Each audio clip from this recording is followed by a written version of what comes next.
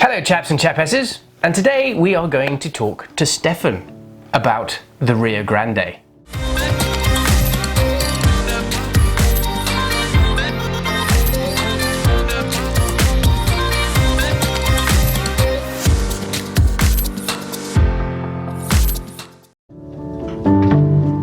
Steffan is our resident South American expert, and he has been fishing down in Argentina for more years than I care to add. But today we're going to ask him all about Rio Grande, why it's special, and why you should go there. You have done Argentina for years and years and years. Where did that passion come from? I mean, when did you first go down there? Tell us a little bit of the backstory, because I think it's fascinating. I don't think it's a passion, I think it's an obsession. Yes. And it's obsession with a species. It's probably like you with GTs.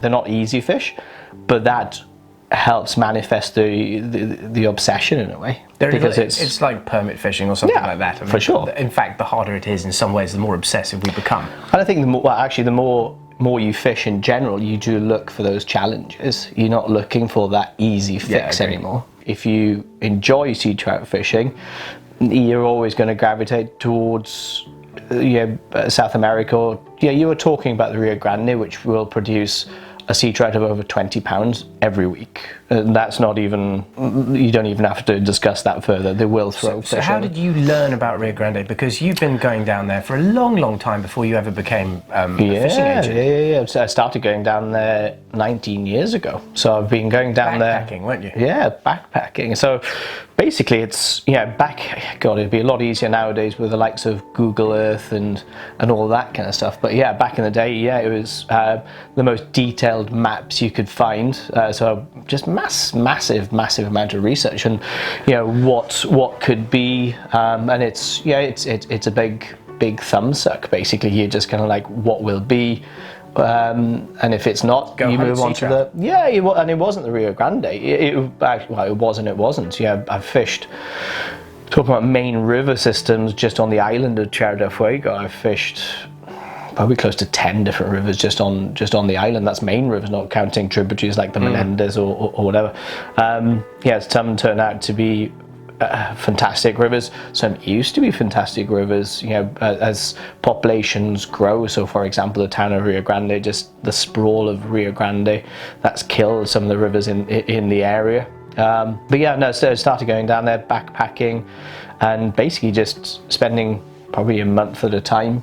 Literally, you were a sea trout bum, weren't you? Yeah. It's like the potential of what could be, but you're going to rivers and not really knowing what was going to turn up. And there's some rivers, I've caught steelhead in some rivers down there. Some big char, some huge char down there. Actually, some huge brownies, huge rainbows.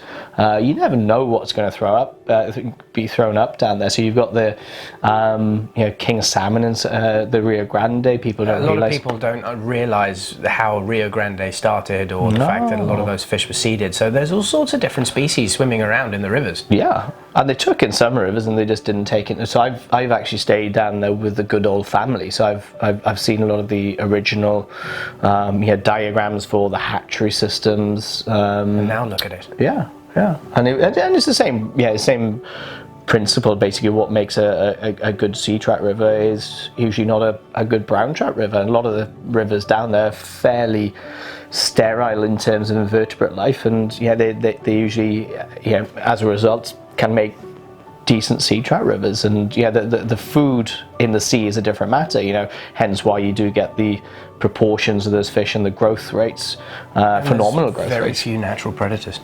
Yeah.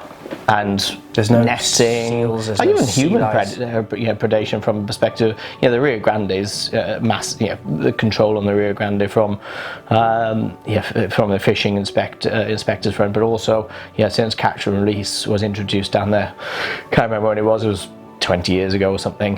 Just how that average size of sea trout has increased because of the multi-spawning nature of sea trout. How that's increased and how that fishery has flourished, basically because of the protection essentially visiting anglers has brought to the river. So of all the rivers in Tierra del Fuego, what is it that makes Rio Grande so special? consistency. Yeah, it really is the consistency. It's, yeah. And what I would always say, I like to be, what we do as much as anything in what we do day to day in our jobs, it's about managing expectations. And what I tell people, just, go down with an expectation of around 2 fish per rod per day. Rarely will you be disappointed. That's an average. Some people catch more, some people may catch less. 2 fish per rod per day, that's going to be realistic. And don't set your sights. A 20-pound fish or 20-pound plus fish, you're not going to do anything different to catch that 20-pound plus fish as you are to catch a 12-pound or 10-pound or 8-pound But fish. also I think you need to get a little bit of a dose of reality sometimes. I mean, if you think of a 10 or 12-pound sea trout anywhere else, I mean, where can you do that? Yeah. Consistently nowhere. So I often hear back home, you can catch those fish on my home river. Yeah, you can, but it's going to be one fish in 10 years or whatever. You're never going to get the consistency of, you're seeing fish of over 20 pound or certainly over 15 pound on a daily basis. You're not going to catch them all. That's fishing, the wild fish. But the chances and the average size of the catch is like 8 to 9 pounds. Most lodges don't even count them under 6 pounds. It's mental, isn't it? Yeah, for a wild fish. Absolutely mental. And a lot of people don't get that either. No, they don't get that. And I would say about the expectations front again, it's you set your sights on a fish between 12 to 16, and that's realistic. I'd be very surprised if somebody comes back and doesn't catch a fish. Yeah, I'd be surprised.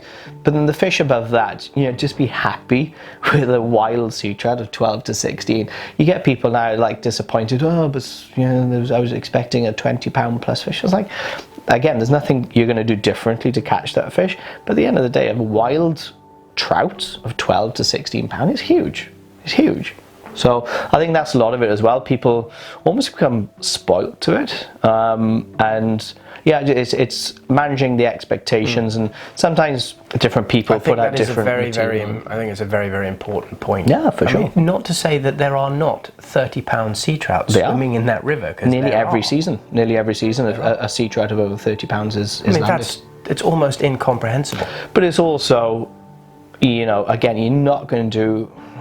Sometimes a particular pool or fishing a particular depth may get you a particularly large fish, but as a rule, you're not going to do anything different. So if somebody has caught 5 fish over 20 pounds in a week, great for them. I mean, oh my God. But it's luck.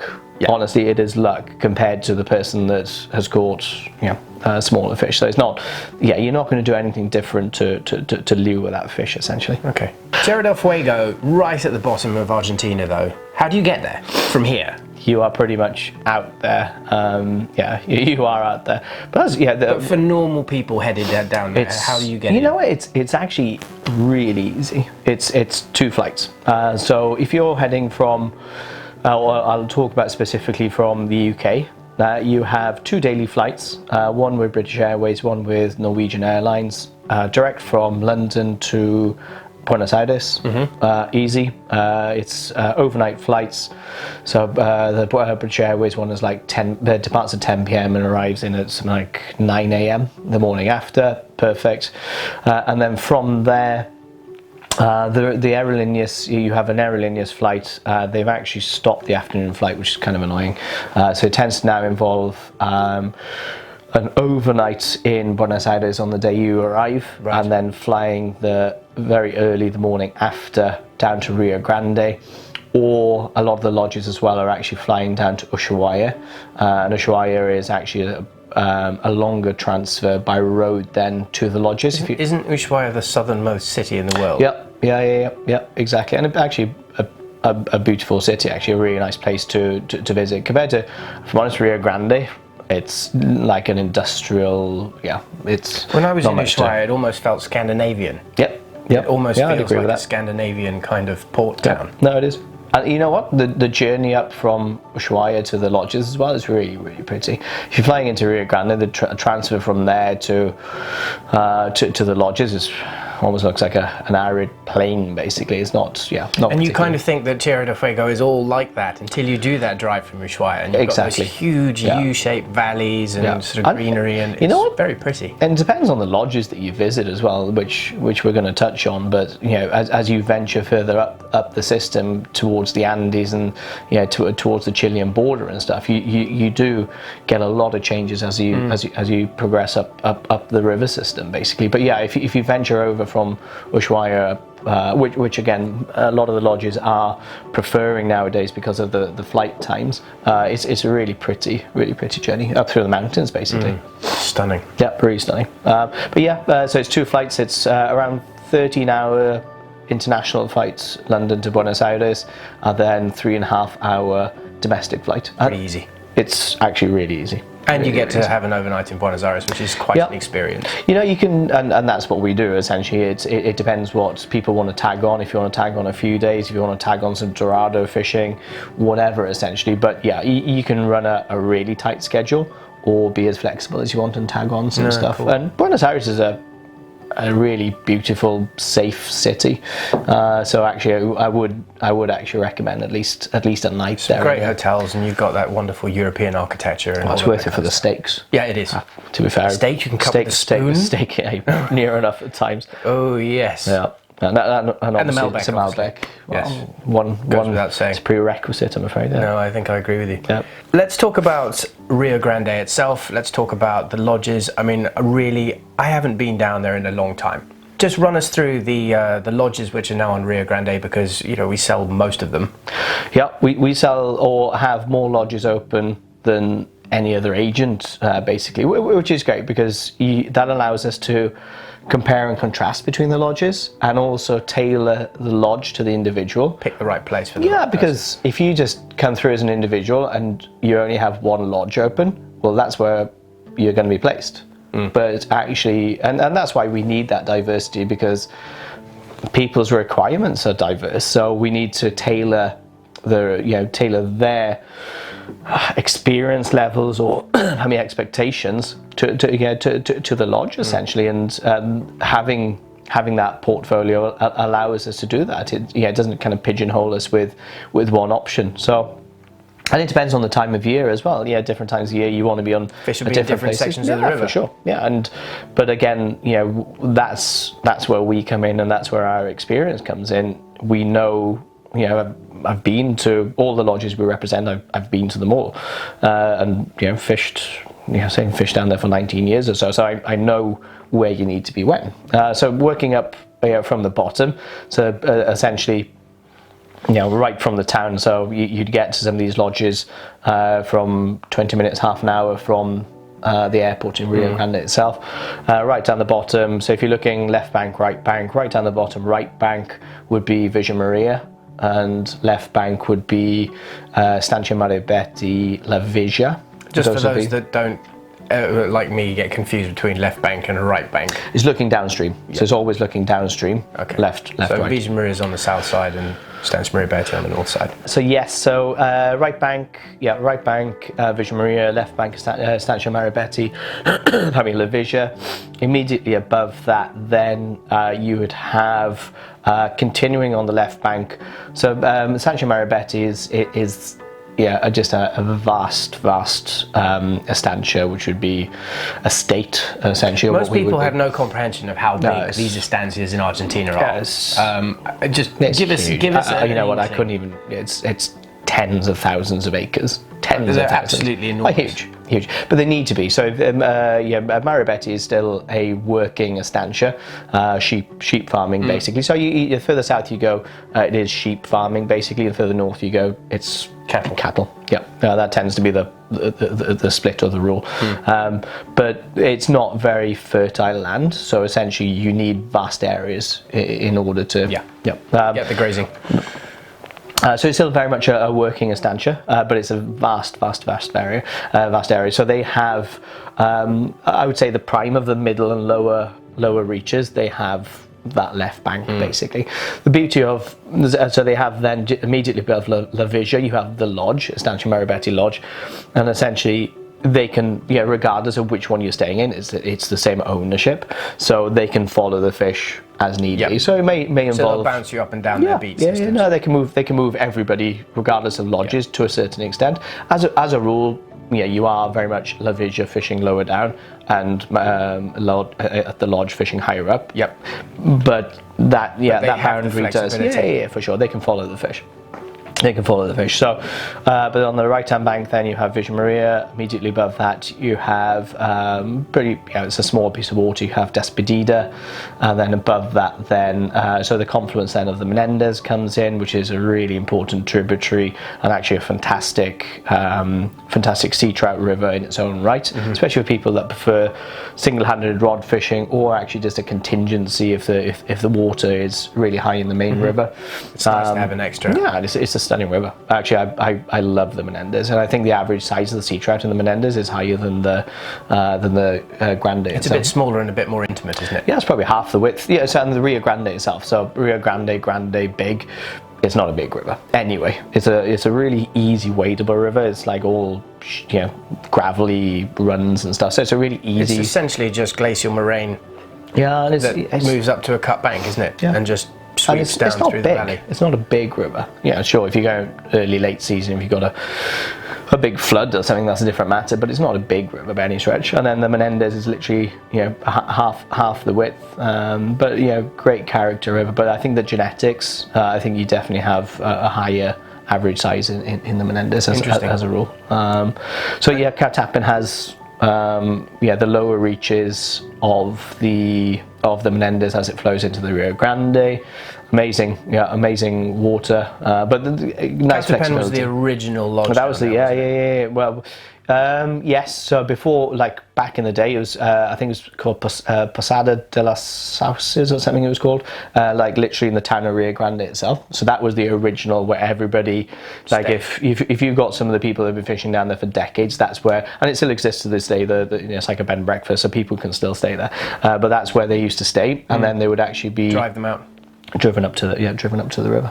Wow. But above that, so got Catapin would be right bank again, and left bank of that water would be Estancia Maribetti Lodge. But the way it works is you never see anybody fishing on the opposite side. I was going to ask you that because it's a rotation system, so you never see the two Estancias work together. Oh, they all do. Yeah, the whole river from essentially. I'll talk about the one above that, which has got exclusive double bank access. But essentially from there down, they have a fantastic rotation system. So you never see anybody fishing the opposite bank. So you still have access those to both pools banks to yourselves. and both banks. That's so you wade lovely. across. So it's not the case of you only have one bank. You're not confined to the right bank. If one pool fishes better from the left bank, you can wade across and there's no issue. It whatsoever. also means you're not going to end up with someone fishing opposite you. Yeah, never. No, never. No, which is great. No, never. So above that, then you have immediately above where the Catapin and Estancia Maribetti Lodge water starts. Above that, then you have a lodge called Aurelia. So Aurelia has double bank. It's one of the rare lodges on the river that has both banks privately, and I think they have 8 miles double bank to just 4 rods. Wow, that's nice and intimate. It's a lot of water, and that used to be so some of the people that used to fish down there donkeys years ago. A lot of the same water, left bank. A lot of the Aurelia water would have been Toon Ken back in the day, which is obviously close. And actually talking about fishing pressure wise, so actually fishing pressure of the last few years has reduced on the Rio Grande, which is definitely not a bad thing.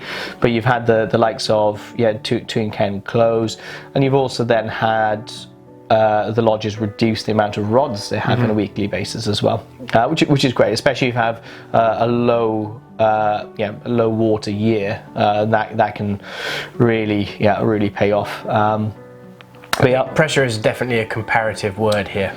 It's not what we would consider pressure. No, God no. You're talking about, again, you'll have miles to a handful of rods, so it's not combat fishing, but you've got say Aurelia now 8 to 10 miles, 4 rods. It's nothing. It's absolutely nothing. And then Aurelia as well has something like 15 to 20 miles of the Menendez as well.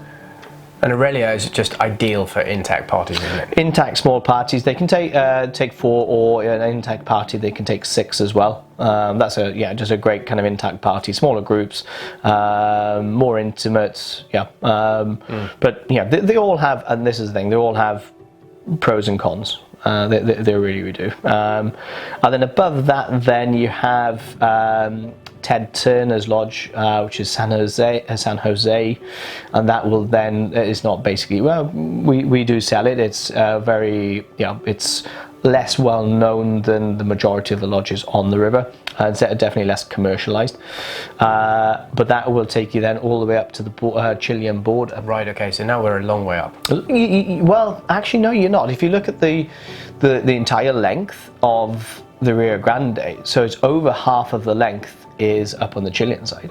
So people don't realize that. No, because they tell you, oh, you must be up in the dregs when you're talking about this, and you're like, no, you're still only on the middle reaches. So it's a long big river system, isn't it? 200 kilometers, or I can't remember that. But it's a long river. But anyway, over half is on the Chilean side.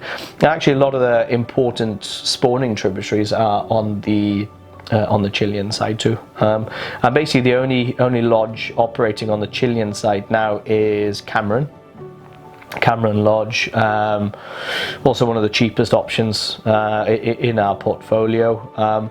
You definitely don't get the same number of sea trout you on the Chilean side as you do on the Argentine side, but they have a lot more strings to the bow. So it's not just sea trout there, is it? The quality of the trout fishing up there in the main river itself is fantastic, like really fantastic. When you're talking about 3, 4, 5, even 6 pound wild browns, rainbows too, wild rainbows up there. I mean, in many places that you can go and hit browns and rainbows in the same river system and sea trout. Yeah, the sad thing is, it's a bit like when you're salmon fishing and you catch a sea trout. It's almost like it's a bycatch. It's and the huge browns up on the Chilean side, it's kind of the same. You're fishing for, majority of the time you're fishing for sea trout, and then you pick up these huge browns, and it's almost a disappointment, and then you have to almost slap yourself and go, hold on a minute, that's a wild 5 pound brownie. Yeah, and it is. It makes you, you forget at times what you are catching, and it's the same with the sea trout. We're talking about expectations. People catch a 12, they want a 15, and then they're almost not happy with the 12. You have to take a step back at times and just really reflect on the achievement, and it is an achievement. But on the Chilean side, you then have a myriad of different tributaries coming in, and all of the, well, not all of them, but the likes of the Catalina. There's a few different rivers up on the Chilean side, which are just fantastic small streams, and you're working up them with 4 or 5 weight rods and catching wild 2 to 4 pound brownies. And they've got a few lakes there as well, haven't they? So beyond that, more river systems as well. But they've got a load of different lakes you can fish, and some of those lakes have got huge brownies in. Huge, like you'd be disappointed to catch one under 3. Wow, you'd be disappointed. It'd be, and actually pretty rare in a lot of those lakes to catch them under 3.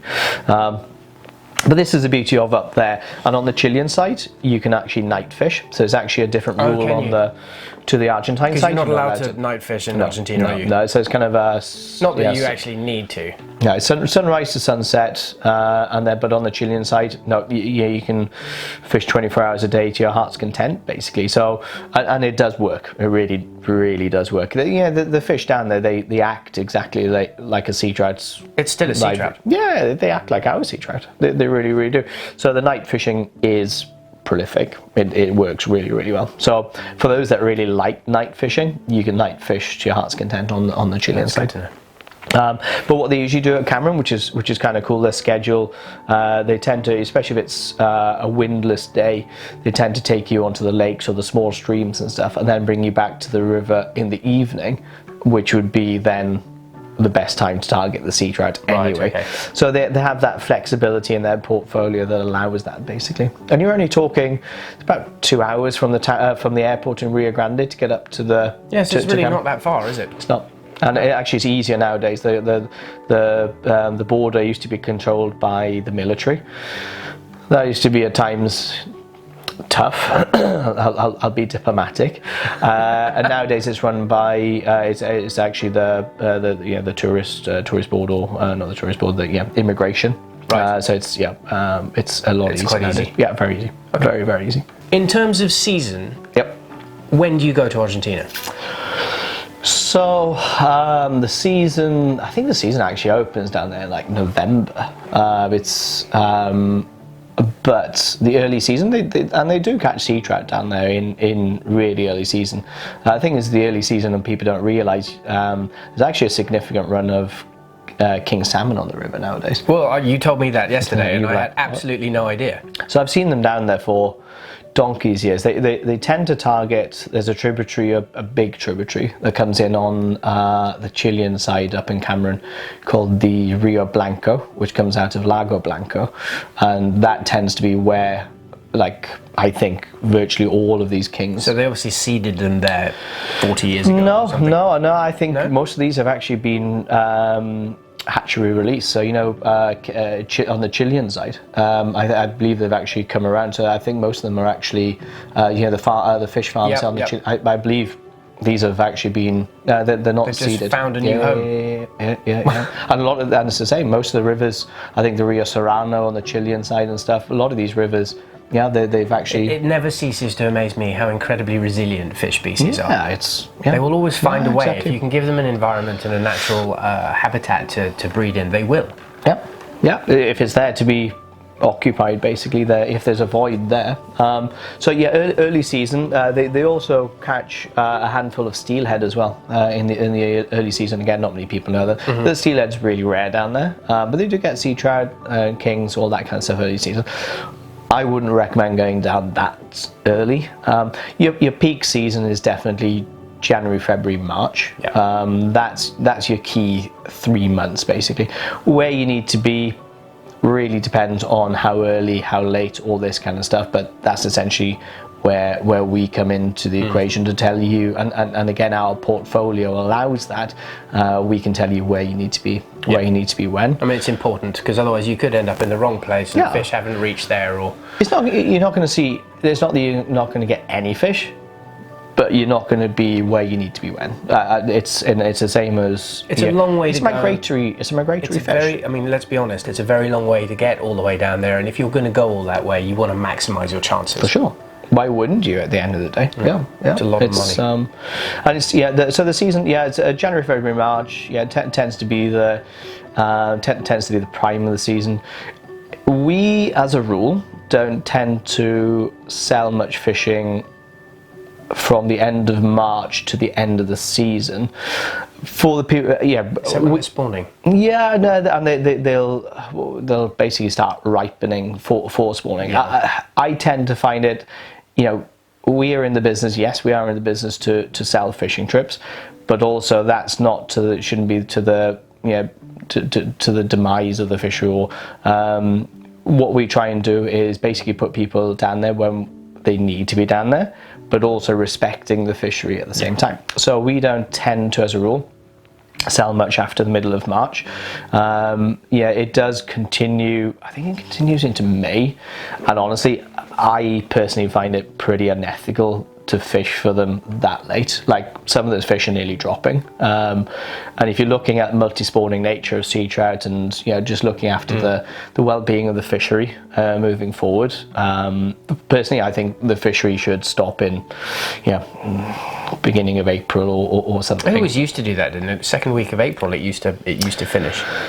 Honestly, I couldn't tell you historically, but I can just tell you historically we've never sold it, just purely for that reason. And there are places you can still fish at that time of year, which doesn't essentially make the fishery suffer. But we tend to close the door on what we do, and purely for that reason, because we are conservation minded. I'm conservation minded in my home river, so I'm not then going to do that on my home river and not care about the fish because it's not on my doorstep. It's not sustainable. No, if you love the fish, you love the fish wherever they run, not just on your home river. Exactly. So exactly. But that January, February, March. But again, that really where you're fishing will depend on if you're early, late, or in between.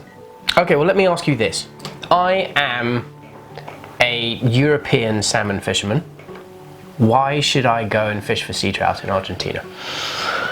Okay, well, there's a couple of things to begin with. First of all, you probably have all the tackle that you need already. So there's actually the learning curve, using double handers, switch rods, all that kind of stuff. Your learning curve is going to be really small. You're going to be doing some different tactics and stuff for sure, but actually covering the water and all that stuff. While we're talking about that, if you click here, then here is a video on what gear you need for fishing Rio Grande.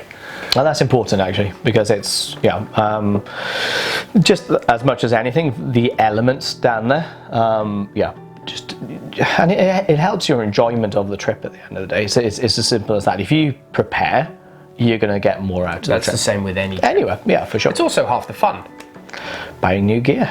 He who dies with the most toys wins.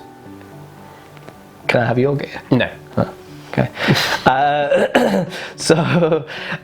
But yeah, it's from say a salmon fisher's perspective, you're going to have the right gear. You're going to understand how to cover the water and all this kind of stuff.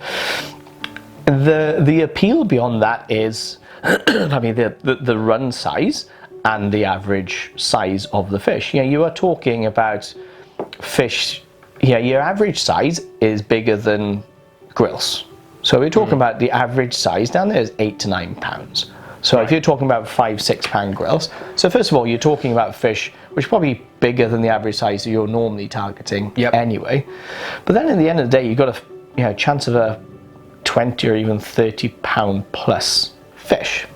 So these are huge. So if you are a sea run fisher, you cannot help but gravitate or have these fish appeal to what makes us go and do this kind of in the first place. So I think it's but the plus side is as well, our fisheries, or the majority of our fisheries are closed.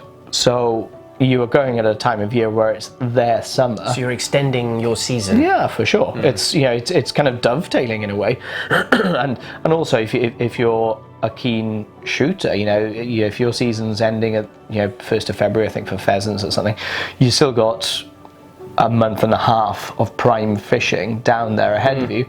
And also what I love as well is when you return, you're more or less coming into our spring, so it actually breaks the winter up really nicely. Yeah, and you're coming into Buenos Aires, it's 25 to 30 degrees sunshine and all this kind of stuff. It just helps. Looking outside right now, that sounds absolutely fantastic. -3 and freezing fog and but yeah, and that is what I would say. If you do enjoy your sea run fishing, be that for your steelhead, for your salmon, or whatever, really, it will appeal and you will enjoy it. The average salmon angler will catch more consistently than the average trout angler, basically because the learning curve will be a lot less for them versus the trout angler. It's very similar methodology to what they're similar doing. But they're going to just cover that water with ease versus the average trout angler.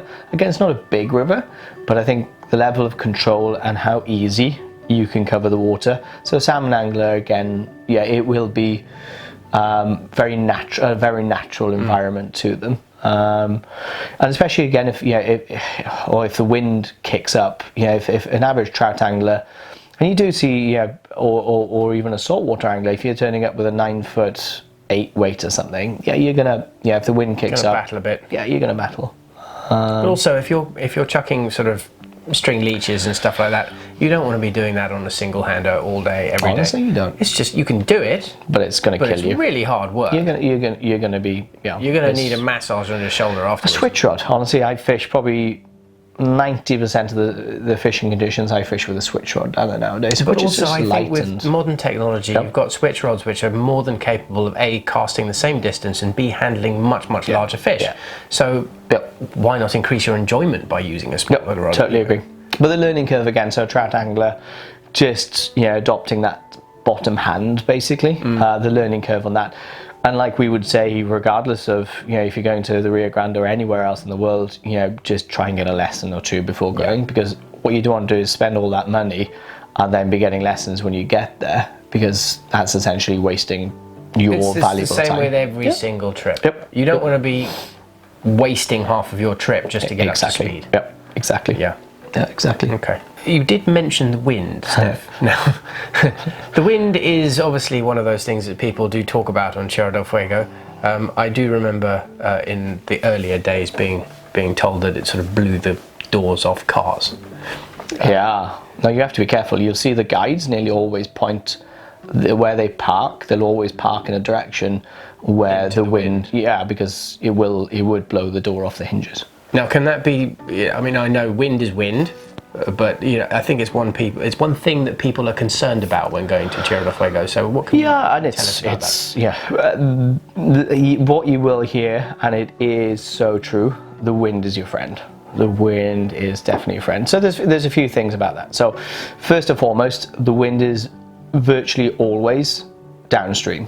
Okay. So first of all, it's not blowing things into your face. It's blowing, and the majority of the time, the pool the guide is putting you on is the wind will be in a position where it's actually helping your cast rather than hindering your cast. So you can use it. It's amazing. You'll go down a pool. You might be maybe you're on a 60-yard long pool. You go down, and the wind is there, and you think you're a casting god. Every cast is bang, bang, bang. As soon as that wind drops, you think, what the hell's happened to my casting? The wind is honestly like, God, I was turning that fly over beautifully. And as soon as that wind drops, so the wind is your friend, and that's from a casting perspective. It does help you. It's nearly always situated into a helpful direction. Right. If the wind is upriver, what happens if it's upriver? It tends to be a softer wind, and it tends to be a milder wind. Mm-hmm. So it's not as bad as the one as it comes down from the Andes, basically. What does happen then, though, is, and I'm talking about the wind being a friend, yes, it is from the casting perspective. The other thing is what it actually does from a water or river perspective, and that is it actually creates almost an artificial spate condition. What it does is it continually churns up the sediment. Right. It actually creates slightly cloudy water, and what that in turn does is lowers the sea trout's guard. Essentially, I love talking about wind as a vision and all this kind of sea trout, but essentially they're not going to see your fly coming from a mile away if you do a sloppy cast, whatever. Obviously, I never do sloppy casts. Obviously, Steph. Obviously, but yeah, it doesn't really matter. It is almost like an artificial spate. If anybody has fished a falling spate, it is basically the wind replicates those conditions, so it actually makes the fishing easier. Okay. It makes approaching the sea trout easier, and you want that wind. You will see the comparison of disparity between a windy day and a windless day. It can be tough, but you do just alter the conditions accordingly, the same as you would do with Atlantic salmon or anything. On a windy day, you can, if you want to fish skagits, you can fish skagits. But you can pretty much get away with anything. On a windless day, these fish are spooky. They're wild fish. It doesn't matter. We're talking about an average run. Just quickly, we're talking about an average run of between 50 and 85,000 sea trout a year. Wow. Yeah, so that's the average run. So you are talking about a hell of a lot of fish. Yeah, a hell of a lot of fish. The fish are there. That's kind of Russian River status. It's crazy. And I'm probably going to cause a lot of controversy, but a sea trout is a tougher fish to catch than a salmon. If you had a river with an equal run of salmon and an equal run of sea trout's a far cleverer fish. So, salmon, you can have the same salmon come back and take the same fly 3 or 4 times. If you prick a sea trout, or you've had that one chance with a sea trout, that's probably your chance gone. So so even though you have that density of sea trout, it's not easy as a result. So obviously a windless day. No, definitely not. A windless day, you just need to drop everything back accordingly. So not in terms of leader size, because you've got huge fish down there, and as a rule they're not leader shy, but they are presentation shy. So if you're just slapping things around and still on your Skagit and T systems and all that, you're just not going to get onto the fish. You might get the occasional fish, but as a rule, you want to be tapering it down, size of the fly, presentation, everything, but that's going to come naturally to most sea run anglers. Yeah, anyway. Exactly. But no, just to finish that. The wind is your friend. Puts my mind at rest. Well, that's an awful lot of information. What for you do you think has been your most memorable experience down there? Just to give us an inkling. There's been a few over the years, few memorable fish, and as much as anything, like a lodge experience can make a trip as memorable as a fish. So, or just fishing with friends, who you're with, the company you keep, all that kind of stuff. But you're talking about from a memorable experience from a fish perspective, it's got to be fishing up on the Chilean Side. One year, I can't remember, a few years ago anyway, and I remember fishing down the pool just with a single-handed rod. There wasn't much wind or whatever that day, and on the Chilean side you tend to have a clearer river. Stealth, we were just talking about the stealth aspect, so actually stealth can be more imperative on the Chilean side just as a rule. Just fishing down this run, and this fish took hold, and it was huge. It was huge. Was it Moby Dick? A couple of minutes into the fight, and this fish is tail walking, literally tail walking. But what happens next is my reel falls off my rod. Do you know the reel foot was still on the rod? Oh. So the screws, basically from bumping around on the vehicle, they'd obviously come loose somehow. So next thing, I have a reel in one hand and a rod in the other, and I'm chasing a really angry big sea trout, and I'm running around. Literally, I couldn't release any line, so in the end, the reel goes into the front of my waders, and wherever the fish has to go, I was basically fishing like tenkara or something for sea trout. God knows how, but everything stayed in place, and that's probably one of my biggest sea trout down there. Certainly around 25. Wow! On a single hand. That's a fish of a lifetime. Had a fish. Yeah, it could have been 10 pounds at that point, but actually talking about a memorable fish, and heart in the mouth, just literally running around. And so that's probably one of my most memorable fish. I think that's a pretty good memory. It's funny. Well, I think we've covered an enormous amount of ground there. I think for those of you who are contemplating going to Argentina, you will have gleaned an awful lot of information from this chat with Steffan, who obviously knows his subject inside out. As always, I hope you found this video useful. Please like and subscribe to our YouTube channel, and we'll look forward to seeing you on the next one.